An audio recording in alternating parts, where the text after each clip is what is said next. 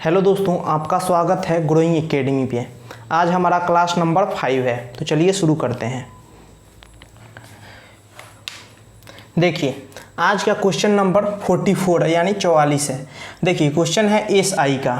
Question में बोला गया है एक मूलधन, वह मूलधन क्या होगा जो साधारण ब्याज के 8% वार्षिक दर से 9 महीने में 1000 रुपया हो जाता है। ठीक है, यानी क्वेश्चन में बोला गया है कि वह मूलधन क्या है, ब्याज का दर 8% है और 9 महीने में 1000 हो जाता है। ठीक है, एसआई का क्वेश्चन है, तो चलिए शुरू करते हैं। देखिए, एसआई निकालने के लिए हम क्या करते हैं, एसआई मतलब सिंपल इंटरेस्ट यानी साधारण ब्याज। देखिए, P into R into T upon में 100 करते हैं। ठीक है, आगे देखिए। अब देखिए, यहाँ पे हमारे पास क्वेश्चन में दिया गया है पी दिया गया, पी नहीं दिया गया है, आर दिया गया है, टी दिया गया है और ए दिया गया है यानी अमाउंट यानी मिश्रधन। मिश्रधन तो देखिए, ब्याज कैसे निकलता है, जब मिश्रधन में से मूलधन को घटा देते हैं, यानी अमाउंट में से जब हम प्रिंसिपल को घटाएंगे तो क्या होगा, इंटरेस्ट। ठीक है, इंटरेस्ट मिलेगा। तो देखिए, यहाँ हम क्या करेंगे, 1000 माइनस पी, पी क्या है यानी प्रिंसिपल, बराबर P इंटू 8 यानी R क्या है 8%, तो यहाँ पे 8 आ गया और T है 9 महीना। ध्यान रखिएगा, 9 साल नहीं 9 महीना है, तो महीनों को किस चीज़ में कन्वर्ट करेंगे, साल में, तो 12 से डिवाइड करेंगे और अपॉन में 100। ठीक है, इसको ऐसे लिख लेंगे। अब देखिए, इसको 3 से करेंगे और ये 4, 4 दूना 8, ए इधर आएगा तो कितना हो जाएगा, ए हो जाएगा,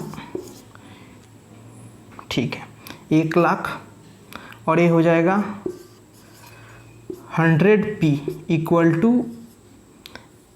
6p, 3 दूना 6p। ठीक है, तो देखिए, ए इधर जाएगा तो कितना हो जाएगा, माइनस में है, और इस साइड जाएगा तो प्लस बन जाएगा, बराबर के उस साइड जाएगा तो ये तो ऐसे ही रहेगा और ये हो जाएगा 106p। अब इसको डिवाइड करते हैं इससे, तो कितनी बार में जाएगा, 1000 यानी 9 बार में, तो 900 यानी 9 छक 54 यानी 46, 460, तो 460 जाएगा 4 बार में, 4 छक 24, 24। ठीक है, 460 यानी 24 यानी 36, यानी 36 आ गया यहाँ पे। तो ये कितने बार में जाएगा, 3 बार में, तो कितना बचेगा, ये जाएगा तो 18, 18 इसमें से माइनस करेंगे तो ये बच जाएगा 42। ठीक है, 42 आ जाएगा यहाँ पे, यानी 420, तो 0.4, तो ये हमारा आंसर हो जाएगा 10। ठीक है, तो हमारा ये आंसर हो जाएगा सी। 943 रुपया 40 पैसा को अगर 8% के हिसाब से 9 महीने के लिए दिया जाए तो 1000 बन जाएगा, यानी ऑप्शन सी। ठीक है, चलिए नोट डाउन करिए, फिर अगले क्वेश्चन पे चलते हैं।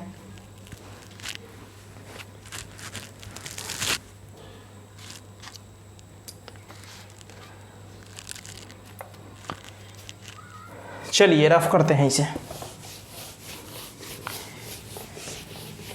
क्वेश्चन एसआई से था यानी सिंपल इंटरेस्ट, साधारण ब्याज।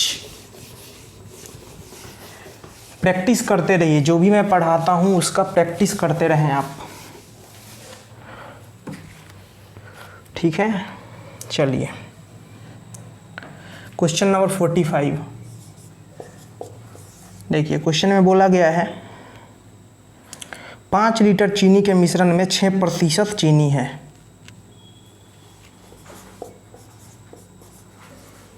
5 लीटर चीनी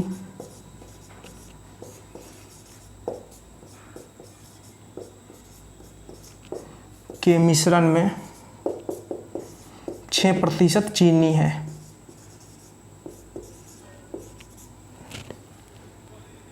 उसमें 1 लीटर पानी भाप बन जाता है, उसमें से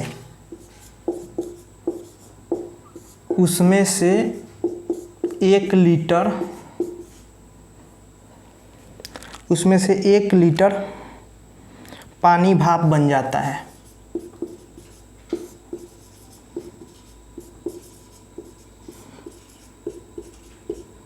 पानी भाप बन जाता है। ठीक है, आगे देखिए, आगे बोला गया भाप बन जाता है, तो शेष मिश्रण में चीनी का प्रतिशत ज्ञात करें। तो शेष मिश्रण में चीनी का प्रतिशत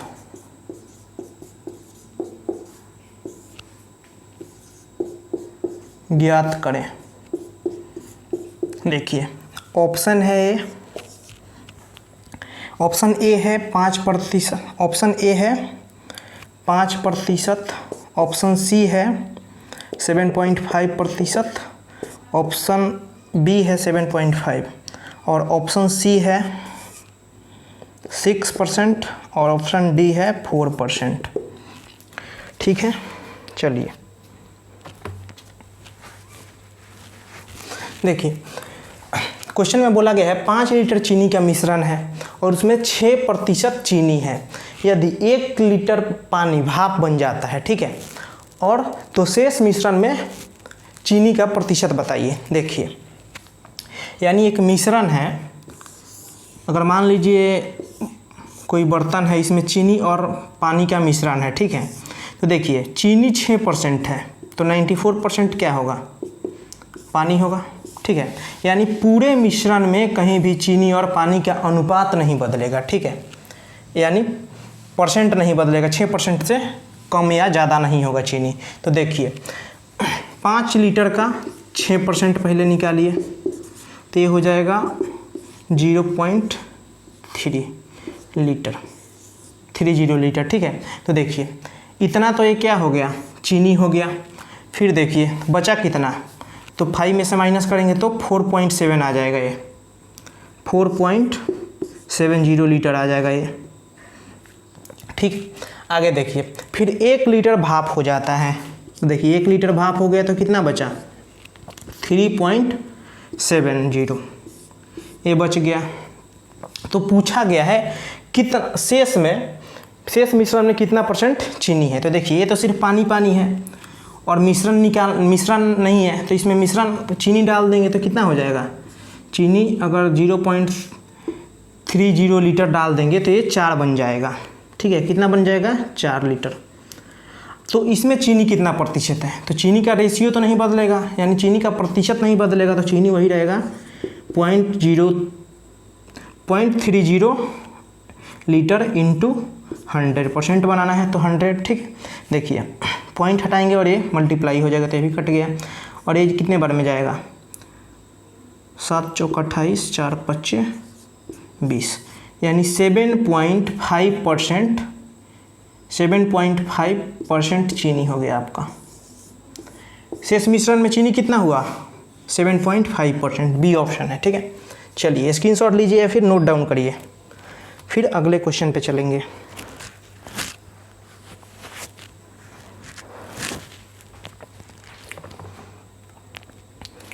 चलिए रफ करते हैं इसे।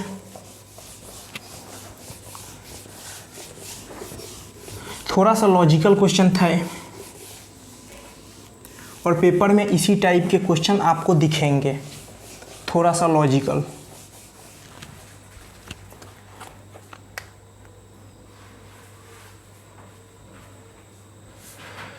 देखिए क्वेश्चन नंबर 46,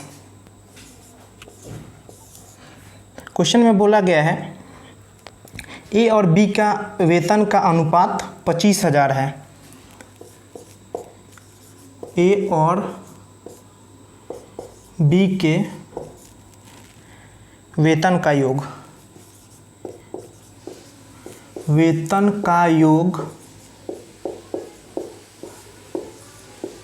25,000 है।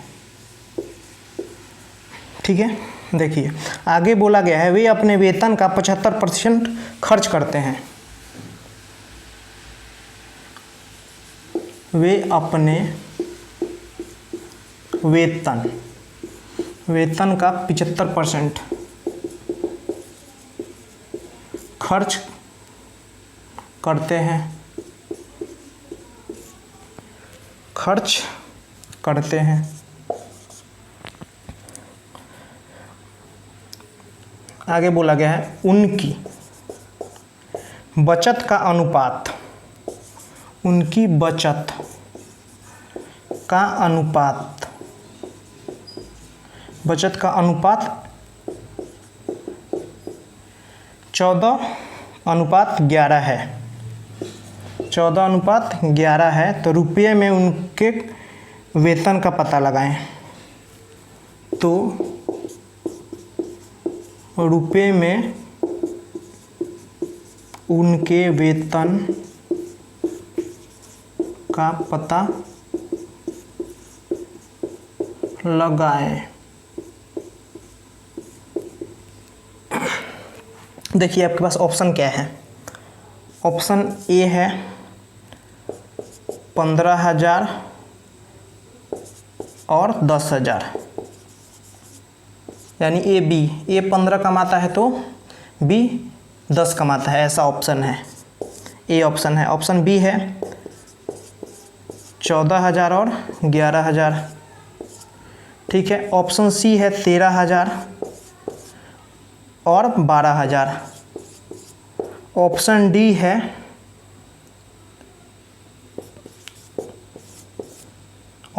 है 12,500 प्रत्येक। ये सारे रुपए में है, ठीक है। चलिए क्वेश्चन में बोला गया है ए और बी कुल 25,000 कमाते हैं, ठीक है, और वे यानी दोनों मिलके 75% खर्च करते हैं और उनका बचत का अनुपात दिया गया है 14:11। तो उनका वेतन कितना है, ठीक है, ये हमें बताना है। तो चलिए देखते हैं। देखिए ए है और ए बी है, ठीक है। ये दोनों मिलकर 25,000 कमाते हैं। देखिए इसका 75% तो खर्च करते हैं, तो इसका 25% कितना होगा, यानी इसको 4 भाग में तोड़िए और 1 भाग ले लीजिए। 75% का मतलब क्या होता है, 75 खर्च करता है तब बचत कितना करता है, यानी 25/100, यानी 1/4, यानी 4 भाग में करिए और 1 भाग ले लीजिए। देखिए इसका आधा करेंगे तो कितना 12.5 आएगा, यानी 12,500। 12,500 का फिर से आधा करेंगे तो कितना आएगा 6,250 रुपये, ठीक है। 6,250 रुपये क्या करते हैं, यानी बचाते हैं। और इनका बचत का अनुपात आपके पास दिया हुआ है 14 और 11, ठीक है। 14 और 11, यानी ये 14 बचाता है और ये 11 बचाता है। तो कुल कितना बचाते हैं, तो कुल बचाते हैं 25। तो देखिए 6,250/25, और पूछा अगर निकालना है ए का तो 14 से गुना करेंगे, ठीक है। तो कितना बार आ जाएगा, देखिए 25 × 25 यानी 625, ठीक है। तो कितना बार में जाएगा, देखिए ये हो जाएगा 25 यानी 2500, और ये फिर जाएगा ये 250 हो जाएगा, ठीक है। 250 है ये। देखिए 0, 14 × 25 70, और 14 दूना 28 और 7 35, यानी ये 3500 बचाता है, ए है ये। और देखिए बी कितना बचाता है, तो वही हो जाएगा क्या हो जाएगा 250 × 11। तो ये कितना बार हो जाएगा 25, यानी 25 और वो फिर 25, यानी 27.5, यानी 2750 ये बचाता है, ठीक है। 2750 ये बचाता है बी। तो देखिए अब ए वैल्यू किसकी हो जाएगी, ए वैल्यू हो जाएगी किसकी 25 की, यानी ए का हो जाएगा 35/25, यानी ये 25% ही है ना, 25, क्योंकि ये दोनों 25% खर्च करते हैं, बचाते हैं। तो ये 25% की वैल्यू हो जाएगी। और हमें 100 की चाहिए, क्यों, क्योंकि कोई भी 100 कमाता है, यानी 100% कमाता है अपने आप में। तो देखिए 5 7 20, तो ये कितना हो जाएगा 14,000 हो जाएगा ए की इनकम। और बी की कितनी हो जाएगी, देखिए 2750/25 × 100, यानी ये कितनी बार में जाएगा 10 और 11, यानी ये हो जाएगा आपका 11,000। यानी ए की इनकम अगर 14,000 है तो बी की इनकम 11,000। आपका ऑप्शन बी हो जाएगा। ठीक है, थोड़ा लंबा है लेकिन मैं इसका शॉर्ट तरीका भी बता रहा हूँ। ठीक है, चलिए इसे नोट डाउन करिए, फिर स्क्रीनशॉट लीजिए, फिर इसके शॉर्ट तरीके पे चलते हैं। चलिए रफ करते हैं इसे।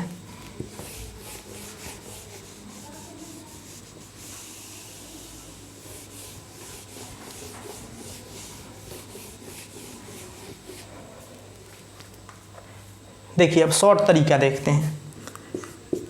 देखिए ए और बी है, देखिए ये दोनों मिलकर 75 बचाते हैं, 75% खर्च करते हैं। ठीक है, तो देखिए इनकी सेविंग क्या होगी, सेविंग ये 14 है और ये 11 है। यानी देखिए कोई भी किसी का भी इनकम, यानी देखिए अगर मैं 10 रुपये कमाता हूँ तो 10 रुपया मेरे लिए 100% है। अगर आप 100 रुपये कमा रहे हैं तो 100 रुपये आपके पास, 100 रुपये आपके लिए 100% है। ठीक है, तो जो जितना कमाता है 100% अपने के लिए कमाता है। ठीक है, तो देखिए ये 75% क्या किए, 75% इनका एक्सपेंडिचर है, और यहाँ इन दोनों का मतलब दोनों का क्या है, दोनों का एक्सपेंडिचर 75% है यानी 75% है, और दोनों का सेविंग कितना है, ऐड करेंगे तो 25। ठीक है, तो यानी 100% दोनों कमाते हैं मिलके। ठीक है, तो जब भी इस टाइप का क्वेश्चन आ जाए, यानी एक तो 75 यहाँ पे है और दोनों मिलाकर सेविंग मिलाकर 25 हो रहा है, तो 100% हो जाएगा। ठीक है, तो यही उनके इनकम का रेशियो हो जाएगा। ठीक है, इनकम का रेशियो क्या हो जाएगा, यही हो जाएगा, यानी वेतन, उनकी वेतन का रेशियो। तो देखिए ये कितना हो जाएगा, 25। तो देखिए अब हम बराबर करेंगे 25,000 बटे 25 इंटू 14, तो ये आपका आ जाएगा 14,000। और यहाँ पे फिर से ये तो 14 हो गया। देखिए फिर 25,000 बटे 25 गुने 11, तो ये आपका हो जाएगा 11,000। ठीक है, ये शॉर्ट तरीका है आपका, यहाँ पे भी ऑप्शन बी आ जाएगा। ठीक है, चलिए नोट डाउन करिए इसे भी, फिर अगले क्वेश्चन पे चलते हैं।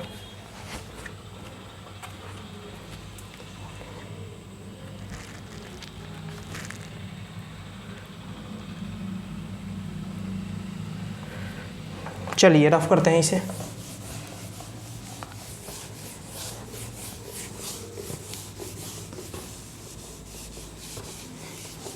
ये भी क्वेश्चन थोड़ा सा लॉजिकल था, अगर आप तरीके से करेंगे तो थोड़ा टाइम लग जाएगा, लेकिन थोड़ा सोच के करेंगे तो टाइम बिल्कुल नहीं लगेगा। सेकेंड मेथड से तो आप बिल्कुल आसानी से कर सकते हैं, माइंड में ही कैलकुलेशन कर सकते हैं। ठीक है, चलिए क्वेश्चन नंबर 47 है। एक समबाहु त्रिभुज का क्षेत्रफल दिया हुआ है, एक समबाहु त्रिभुज का क्षेत्रफल, ठीक है, 24√3 है, तो इसका परिमाप बताइए। तो इसका परिमाप बताइए।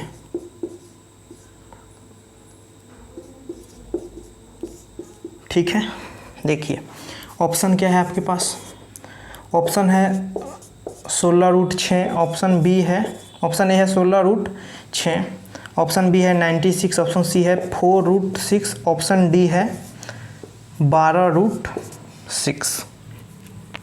ठीक है, चलिए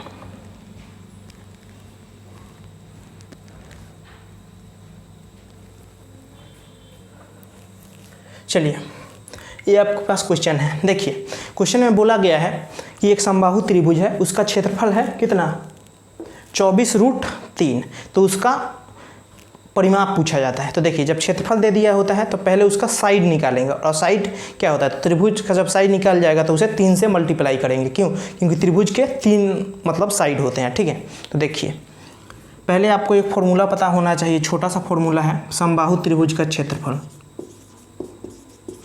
समबाहु त्रिभुज का क्षेत्रफल होता है √3/4a²। ठीक है, देखिए समबाहु त्रिभुज होता कैसा है, देखिए समबाहु त्रिभुज ऐसा होता है, सबका सभी साइड इसके बराबर होते हैं, यानी समबाहु। ठीक है, तो देखिए हमारे पास क्या दिया हुआ है, उसका क्षेत्रफल दिया हुआ है। तो देखिए पुट करते हैं यहाँ पे वैल्यू देखिए √3/4 ए स्क्वायर बराबर कितना है 24√3। तो देखिए √3 से √3 कैंसिल हो गया। अब देखिए ए इस साइड मतलब किस चीज़ में है डिवाइड में है, इधर जाएगा तो मल्टीप्लाई हो जाएगा। तो ए स्क्वायर बराबर देखिए ए आ जाएगा कितना 96, ठीक है 96। अब यहाँ पे स्क्वायर है तो ठीक है, चलिए इसको स्क्वायर है यहाँ पे, तो देखिए क्या करते हैं स्क्वायर है तो देखिए स्क्वायर है ए स्क्वायर बराबर 96। तो ए की वैल्यू क्या हो जाएगी बताइए, ए का वैल्यू हो जाएगा 4√6 यानी 4 चौका 16 और 6 96, ए बराबर इतना हो जाएगा। तो यानी ए क्या है इसका एक साइड है, तो तीनों साइड ए है यानी 3 से मल्टीप्लाई कर देंगे तो हमारा आंसर आ जाएगा। यानी 4√6 मल्टीप्लाई 3 से करेंगे तो कितना आ जाएगा 4 3 12√6, 12√6 आपका आंसर हो जाएगा। तो देखिए ऑप्शन क्या है, ऑप्शन डी है आपका, ठीक है ऑप्शन डी है। चलिए नोट डाउन करिए।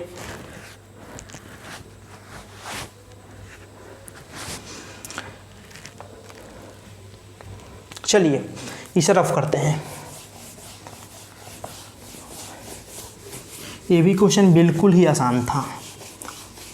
अगर आपको त्रिभुज समबाहु त्रिभुज का क्षेत्रफल पता है तो आप बिल्कुल आसानी से माइंड में कैलकुलेशन कर सकते हैं बिना पेन लगाए, ठीक है। चलिए क्वेश्चन नंबर 47 था, 48 है आपके पास। देखिए यदि कोई व्यक्ति किसी पंक्ति में दोनों ओर से 14वें स्थान पर हो तो पंक्ति में कुल लोगों की संख्या बताइए। देखिए क्वेश्चन में बोला गया है यदि कोई व्यक्ति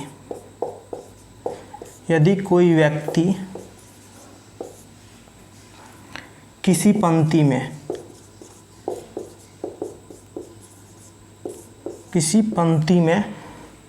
दोनों ओर से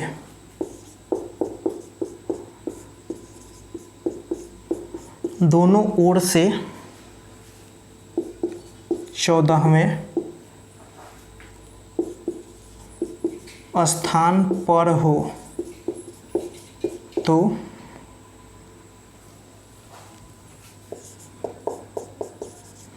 पंक्ति में कुल लोगों की संख्या बताइए। कुल लोगों की संख्या बताइए।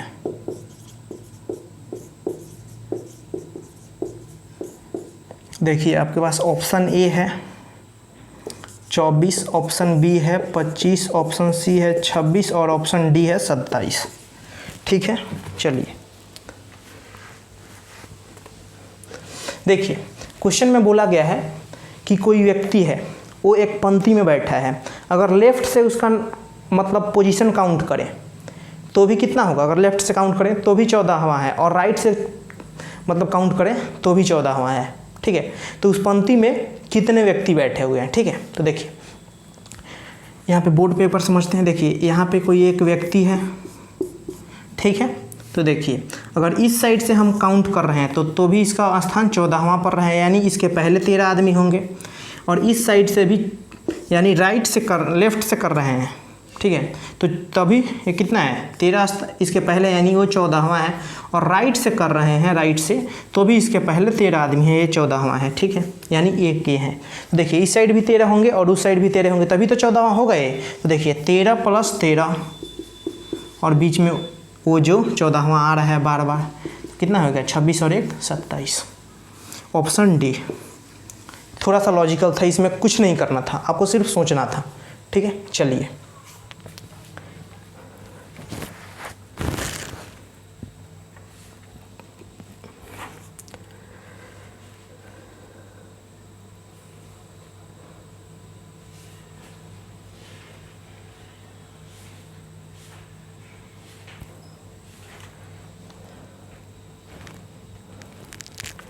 चलिए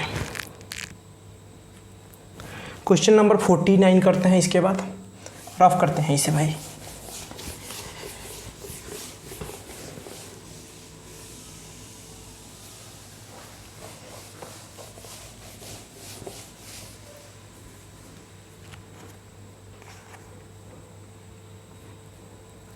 देखिए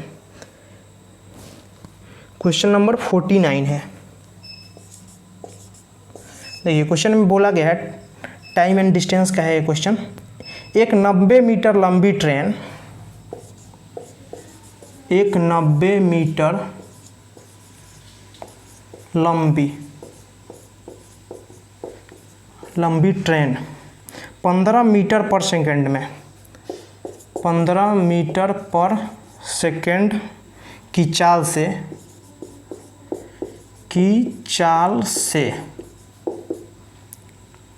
15 सेकंड में एक पुल को पार करती है तो पुल की लंबाई बताएं। पुल की लंबाई बताएं। देखिए आपके पास ऑप्शन क्या है।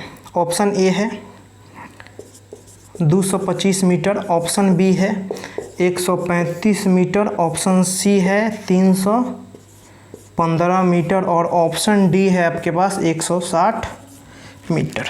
ठीक है,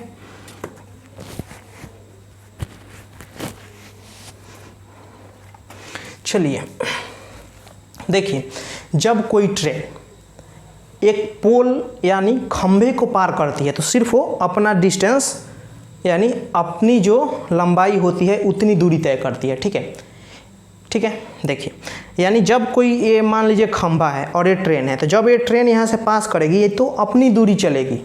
ठीक है, यानी अपनी जो उसकी लंबाई होगी वही दूरी तय करेगी इसको पार करने में। ठीक है, लेकिन यदि किसी ब्रिज को पार करेगी तो ठीक है, जैसे मान लीजिए ये ब्रिज है और ये ट्रेन है, तो यहाँ से जाएगी तो यहाँ से ऐसे जाकर पार करेगी तो ये अपनी दूरी प्लस में उस ब्रिज की दूरी दोनों तय करेगी।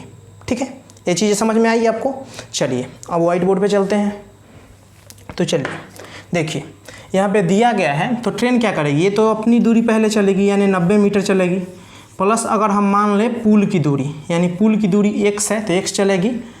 ठीक है, और यहाँ पे इस कितने देर में चलेगी, स्पीड क्या है, तो स्पीड है 15 मीटर पर सेकेंड। ठीक है, 15 मीटर पर सेकेंड, तो कितने देर में पार करती है, तो देखिए 15 सेकेंड में। ठीक है, समझ में आया आपको ये। देखिए समय कैसे निकाला जाता है, तो दूरी बटा चाल से समय निकाला जाता है। ठीक है, तो देखिए मैंने क्या लिखा, पहले तो वो अपनी जो उसकी लंबाई है वो कवर करेगी यानी अपनी लंबाई प्लस में ब्रिज की लंबाई, तो ब्रिज की लंबाई को मैंने क्या मान लिया x, यानी पुल की लंबाई को मैंने x मान लिया, और उसकी स्पीड क्या है, तो 15 मीटर पर सेकेंड, तो कितना देर में पार कर जाती है, तो ये पार कर जाती है 15 सेकेंड में। ठीक है, समझ में आया आपको। तो चलिए देखिए ये हो जाएगा 90 प्लस x बराबर, देखिए 15 गुने 15 कितना होता है, 225। ठीक है, 225 मीटर में है, मीटर में। ठीक है, तो x बराबर कितना हो जाएगा, इसमें से माइनस हो जाएगा तो ये हो जाएगा 125 यानी 135। तो 135 मीटर में है लंबाई ब्रिज की। ठीक है, यानी अगर हम यहाँ पे 135 लिखते हैं और इससे डिवाइड करते हैं तो इतना हमारा आंसर आएगा। ठीक है, तो आंसर क्या आ जाएगा, 135। चलिए नोट डाउन करिए, इसे स्क्रीनशॉट लीजिए। फिर जो बच्चे कॉपी और पेन लेकर बैठे हों वो नोट डाउन करिए, और जो नहीं बैठे हों वो स्क्रीनशॉट ले लीजिए। ठीक है, चलिए क्वेश्चन नंबर 49 हो चुका है, अब क्वेश्चन नंबर 50 पे चलेंगे। चलिए रफ करते हैं इसे, अब रफ करते हैं इसे। चलिए जैसे मैं पढ़ाऊँ वैसे ही आपको पढ़ना है। ठीक है, और प्रैक्टिस करते रहिए आप। चलिए क्वेश्चन नंबर 50 है आपके सामने। देखिए क्वेश्चन नंबर 50। क्वेश्चन नंबर 50 है आपके सामने। एक आदमी 4 किलोमीटर प्रति घंटे की गति से 3 घंटा चलता है। देखिए एक आदमी है कोई, एक आदमी 4 किलोमीटर प्रति घंटा की गति से 3 घंटा चलता है, 3 आवर चलता है। ठीक है, 3 घंटा चलता है और समान दूरी पर वापस समान दूरी का मतलब क्या है? यानी जितना चला है उतना ही दूरी वापस आने पर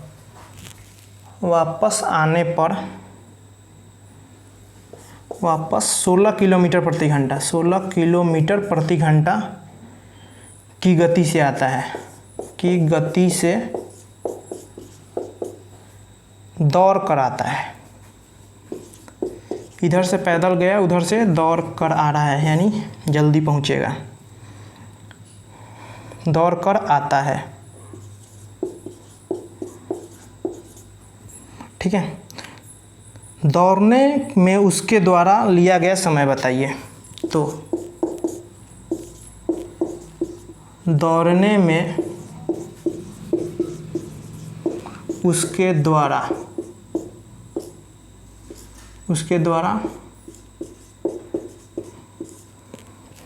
लिया गया समय बताइए। देखिए आपके पास ऑप्शन क्या है?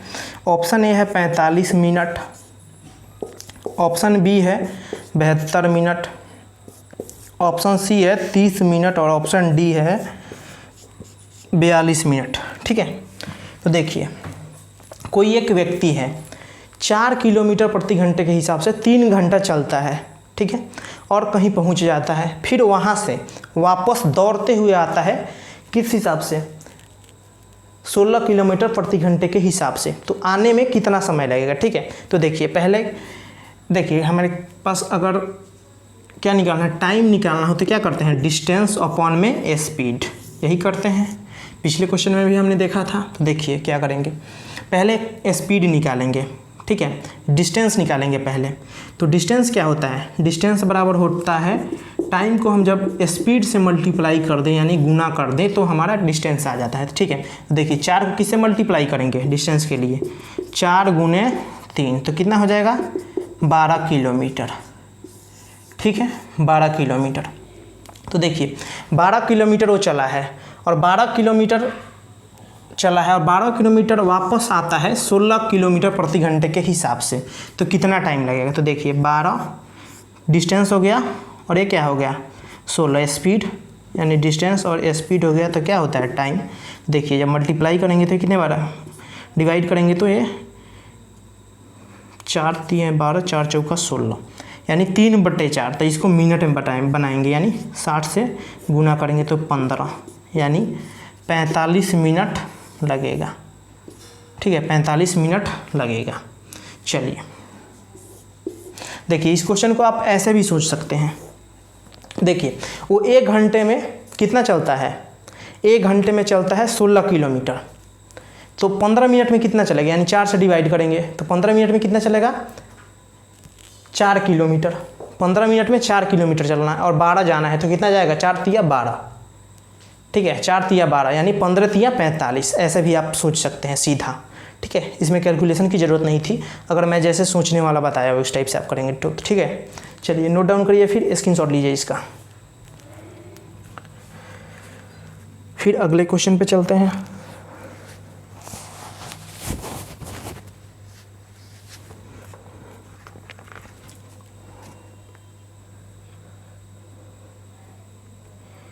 चलिए रफ करते हैं इसे।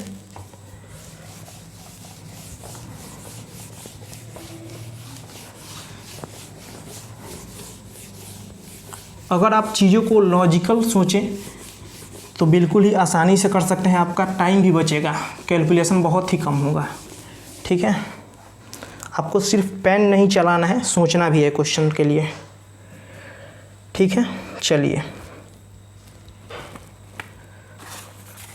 क्वेश्चन नंबर 51, 51 नंबर क्वेश्चन देखिए। 51 नंबर क्वेश्चन है आपका, यदि एक संख्या के यदि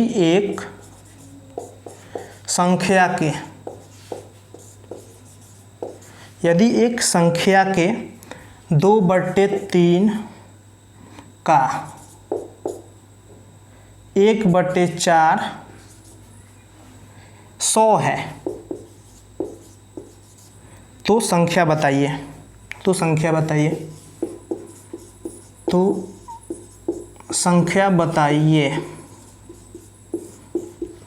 देखिए आपके पास ऑप्शन क्या है, ऑप्शन ए है 400, ऑप्शन बी है 600, ऑप्शन सी है 300 और ऑप्शन डी है 500, ठीक है। चलिए बोला गया है किसी संख्या का 2/3 का 1/4 कितना है, 100 है, तो संख्या बताइए, ठीक है। तो देखिए कोई संख्या मैंने मान लिया x क्या है, कोई संख्या है, इसका 2/3 x का 2/3 का 1/4 अगर 100 है तो संख्या बताना है, ठीक है। तो देखिए क्या करना है हमें, इसको सीधा काटेंगे तो 50 हो जाएगा और ये 12, तो 12 25 60 यानी 600। बिल्कुल ही सिंपल सा क्वेश्चन था ये, 600 यानी ऑप्शन आपका बी हो जाएगा। चलिए नोट डाउन करिए इसे।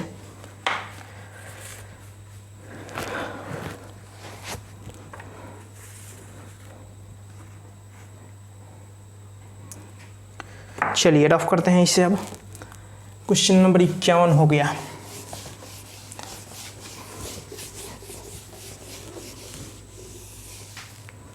देखिए क्वेश्चन नंबर 52 क्या है,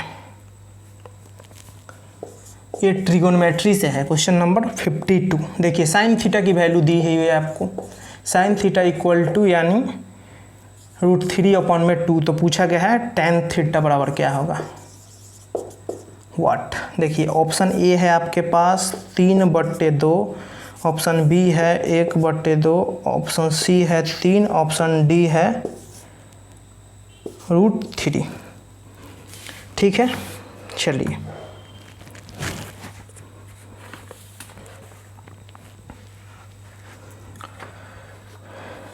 चलिए देखिए ट्रिगोनोमेट्री का क्वेश्चन है, बिल्कुल ही आसान सा क्वेश्चन है। अगर आपको वैल्यू पता है, साइन 0 क्या होता है, 30 क्या होता है, 45 क्या होता है, 60 क्या होता है, 90 क्या होता है, तो आप तो बिल्कुल आसानी से आंसर कर सकते हैं।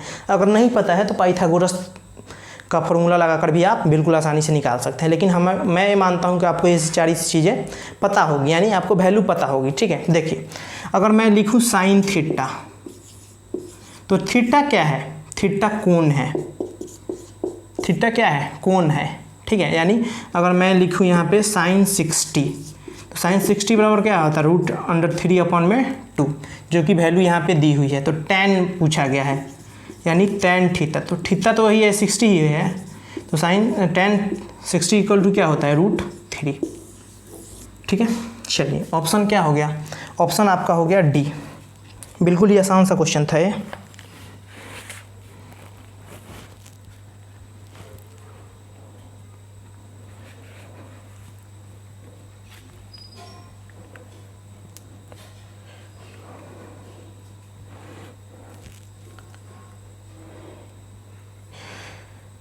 चलिए रफ करते हैं इसे और अगले क्वेश्चन पे चलते हैं। चलिए क्वेश्चन नंबर 53 है। देखिए क्वेश्चन नंबर 53 क्या है, बोला गया है क्वेश्चन में आपके लिए, यदि एक वस्तु को 3735 रुपये में बेचने पर, यदि एक वस्तु को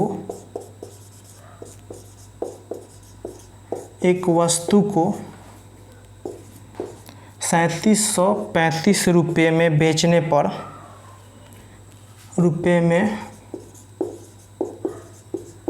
बेचने पर एक दुकानदार को 10% की हानि होती है। एक दुकानदार को 10% की हानि होती है।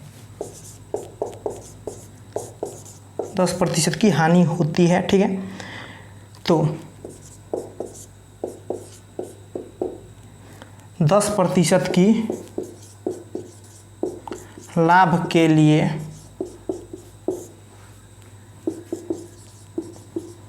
कितने में बेचना चाहिए? प्रॉफिट एंड लॉस से क्वेश्चन है। देखिए ऑप्शन आपके पास क्या है। ऑप्शन ए है 4150, ऑप्शन बी है 4565, ऑप्शन सी है आपके पास 4108.50 और ऑप्शन डी है 45.1850। सारे रुपए में हैं, ठीक है।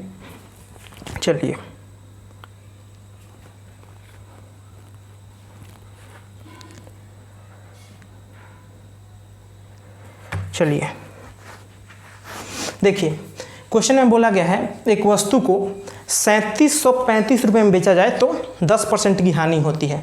तो 10% लाभ कमाने के लिए कितना में बेचा जाए? तो देखिए जब इसे इतना में बेचा जाता है तो 10% की हानि होती है, यानी 100 का था और 10% का हानि हुआ तो क्या हुआ 90, यानी ये कितना है एसपी कितना है, यानी विक्रय मूल्य 90 है, ठीक है। तो कितना में बेचा जाए कि 10% का लाभ हो, यानी 100 में तो खरीदता है 10% के लाभ के लिए 110 में बेचेगा। तो देखिए 110 की वैल्यू निकालनी है हमारे पास हमें, ठीक है।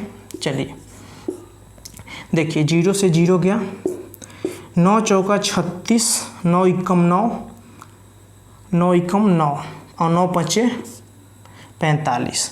तो कितना हो जाएगा 4150 और 4150 और यानी ये हो जाएगा आपका 4565, यानी 4565 में बेचा जाए। ऑप्शन बी 4565 में बेचा जाए तो क्या होगा 10% का लाभ होगा।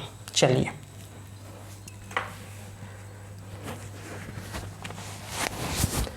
नोट डाउन करिए, फिर अगले क्वेश्चन पे चलेंगे अपने। चलिए इसे रफ करते हैं आप।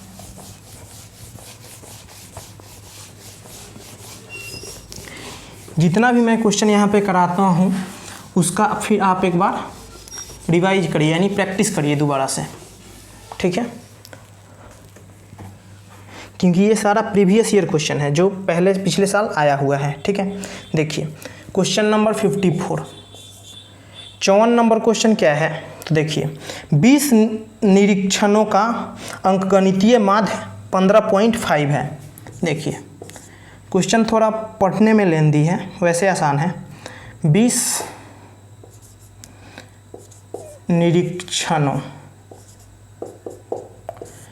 निरीक्षणों का अंकगणितीय माध्य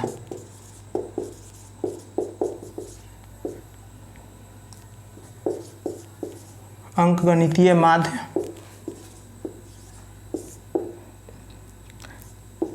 15.5 है, ठीक है। बाद में वो यह पाया गया, यानी बाद में पाया गया कि 24 की जगह 42 पढ़ लिया गया, 42 पढ़ लिया गया था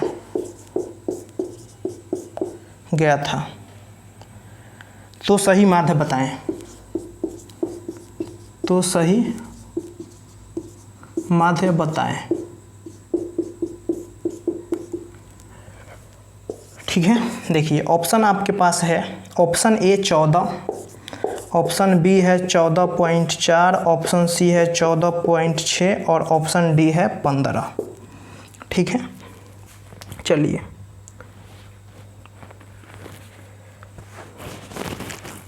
देखिए बोला गया है 20 निरीक्षणों का अंकगणितीय माध्य 15.5 है, ठीक है।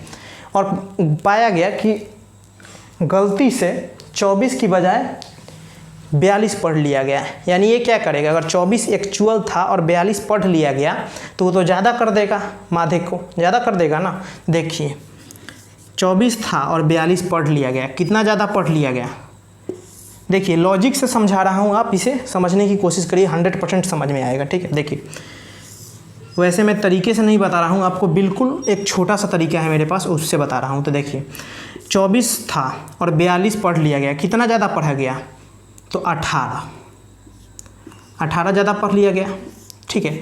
तो देखिए जो माध्य क्या होता है, सब में जो बंटता है, ठीक है। तो 18 किस में ज़्यादा बटा होगा, 18 सब में बटा होगा, यानी कितने में, 20 में। तो इसको 20 से डिवाइड करिए तो कितना बार हो जाएगा, यानी 0.9 हो जाएगा। 0.9 ज़्यादा दिया गया था, यानी सबको ज़्यादा दिया गया था। तो जो माध्य है उसमें से 0.9 माइनस कर लेंगे तो हमारा एक्चुअल माध्य आ जाएगा। तो देखिए कितना है माध्य, 50.5 है, इसमें 0.9 करेंगे तो 14.6 आपका आंसर आ जाएगा, जो कि सही माध्य है। यानी ऑप्शन सी हो जाएगा आपका, ठीक है। राइट ऑप्शन आपका सी हो जाएगा। चलिए नोट डाउन करिए इसे या फिर स्क्रीनशॉट लीजिए। चलिए